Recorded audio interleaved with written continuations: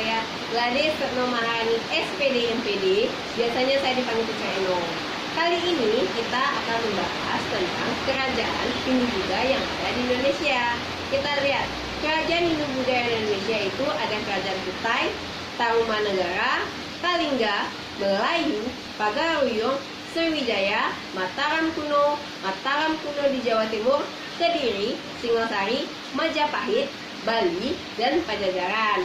Kita lihat kerajaan pada periode ini. Kita akan membahas 5 kerajaan. Yang pertama itu Kerajaan Kutai.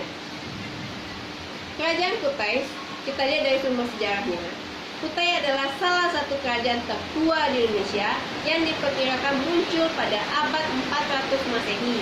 Keberadaan kerajaan tersebut diketahui berdasarkan sumber berita yang ditemukan, yaitu berupa prasasti yang berbentuk yupa atau tiang batu yang berjumlah 7 buah. Salah satu yupa berisi Sang Maharaja Kudungga yang amat mulia, mempunyai putra yang masyhur, Sang Aswawarman namanya, yang seperti Sang Ansuman atau Dewa Matahari, menumbuhkan keluarga yang sangat mulia.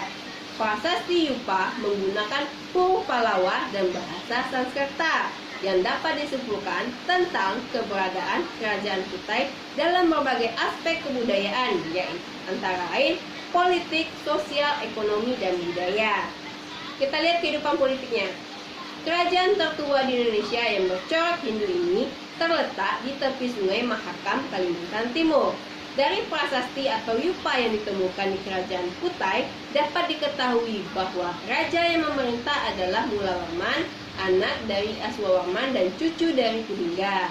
Sedangkan kehidupan sosialnya berdasarkan prasasti yupa ditemukan di Kerajaan Kutai memberikan petunjuk bahwa sebagian masyarakat Kutai hidup dalam suasana peradaban India.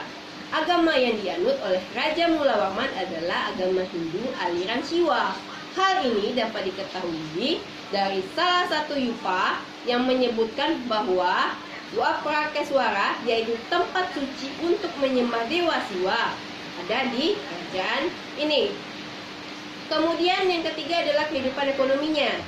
Kehidupan ekonomi Kerajaan Kutai adalah pertanian dan peternakan. Bisa dilihat dengan adanya Raja Mulawarman yang memberikan hadiah 20.000 ekor sapi ke Brahmana. Kemudian kerajaan yang kedua yaitu Kerajaan Tarumanegara. Kita lihat sumber sejarahnya. Prasasti dari Kerajaan Tarumanegara, Prasasti Ciateum, Prasasti Jambu, Prasasti Muara Ciaten, Prasasti Pasirawi, dan Prasasti Tugu, Prasasti Lebak Muncul, dan berita dari Paiton. Kehidupan politiknya, pusat dari Kerajaan Tarumanegara ini adalah di daerah sekitar Bogor. Wilayahnya meliputi Banten, Jakarta, hingga Cirebon. Kerajaan Tarumanegara berkembang pada masa Raja Punawarman. Dia adalah raja yang perkasa, sakti, dan memikirkan kesejahteraan rakyat. Sedangkan kehidupan sosial masyarakat berjalan dengan tertib. Kehidupan gotong royong tampak dalam penggalian Sungai Gomati. Pemberian hadiah 1000 ekor lembu menunjukkan bahwa memiliki perhatian besar terhadap kehidupan para Brahmana. Dari prasasti Ciateum dapat diketahui bahwa agama yang dianut Raja Punawarman adalah agama Hindu Waisnawa. Kemudian kehidupan ekonominya. Penggalian Sungai Gomati atas perintah Raja Punawarman sepanjang 12 km mengaliri sawah pertanian milik rakyat. Berarti dapat disimpulkan bahwa masyarakat Tarumanegara hidup dari bercocok tanam di samping peternakan dan perdagangan. Kemudian kita lihat yaitu Kerajaan Melayu. Kerajaan Melayu di Jambi adalah kerajaan Melayu yang berpusat di Jambi. Menyebarkan agama Buddha ke Kerajaan Melayu kuno dan Sriwijaya adalah kisah perjalanan dari pendeta Buddha asing dari jumlah kabar yang dibawa pendatang asal Cina, Persia, dan Arab. Dapat diketahui sejarah Kerajaan Sriwijaya yang mengalahkan Melayu kuno pada abad 17 Masehi juga merupakan pusat pembelajaran agama Buddha. Melayu kemudian bangkit kembali dengan diawali serangan dari India ke Sriwijaya pada tahun 1025. Kemudian Kerajaan Kalingga. Sumber sejarahnya: berita dari dinasti Tang, berita dari dinasti Qing, prasasti Tumas.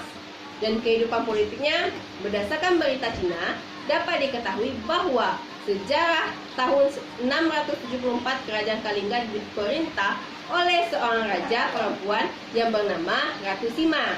Batas kekuasaan Kerajaan Kalingga adalah sebelah timur terletak di Poli, kemungkinan Bali, dan sebelah utara kemungkinan Kamboja, sebelah barat Topo Teng atau kemungkinan Sumatera, dan bagian selatan dengan samudra yang besar.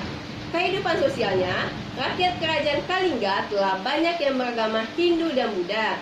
Bukti adanya agama Hindu terlihat dari prasasti Tumas, dan bukti masyarakat telah memeluk agama Buddha terlihat dari kedatangan Twining dari Cina untuk menerjemahkan kitab agama Buddha yang dibantu oleh pendeta setempat yang bernama Janaprahda. Kehidupan ekonomi Kerajaan Kalingga menghasilkan penyu perak, cula badak. Ini menunjukkan mata pencarian rakyat Kalijangga adalah berburu, nelayan, dan perdagangan serta pertambangan secara sederhana. Kemudian kita masuk kerajaan terakhir, yaitu Kerajaan Pagaruyung. Berdirinya Kerajaan Pagaruyung ini didirikan oleh seorang peranakan Minangkabau Majapahit yang bernama Aditya Warman pada tahun 1347. Pengaruh Hindu terlihat di kerajaan ini pada abad ke-13 dan ke-14, yaitu pada masa pengiriman ekspedisi Pamalayu oleh Kertanegara, dan pada masa pemerintahan Aditya Warman dan putranya Anggawarman. Kemudian runtuhnya Kerajaan Pagaruyung ini disebabkan karena Kerajaan Pagaruyung atau kekuasaan Pagaruyung sudah mulai melemah pada saat Perang Padri. Maka dari itu Kerajaan Pagaruyung meminta bantuan kepada Belanda. Wilayah Pagaruyung itu bisa kita lihat Sikilang Ayebangi adalah batas utara, dan sekarang di daerah Pasaman Barat berbatasan dengan Natal, Sumatera Utara. Tanah Ayu Hitam yaitu daerah Bengkulu. Durian di Tapu Rajo adalah wilayah di Kabupaten Bungo, Jambi, dan yang terakhir Sialang Balantak Basi adalah wilayah di Rantau Barangin, Kabupaten Kampar atau Riau sekarang. Sistem pemerintahannya bisa dilihat dari aparat pemerintahan. Raja Pagaruyung disebut juga dengan Raja Alam. Dia melaksanakan tugas-tugas pemerintahnya dengan bantuan dua pembantu utamanya, yaitu wakil raja yang adalah Raja Adat yang berkedudukan di Buo dan Raja Ibadat yang berkedudukan di Sumpur Kudus. Mereka bertiga disebut Rajo Tigo Selo, yang artinya 3 orang raja yang bersila atau bertahta.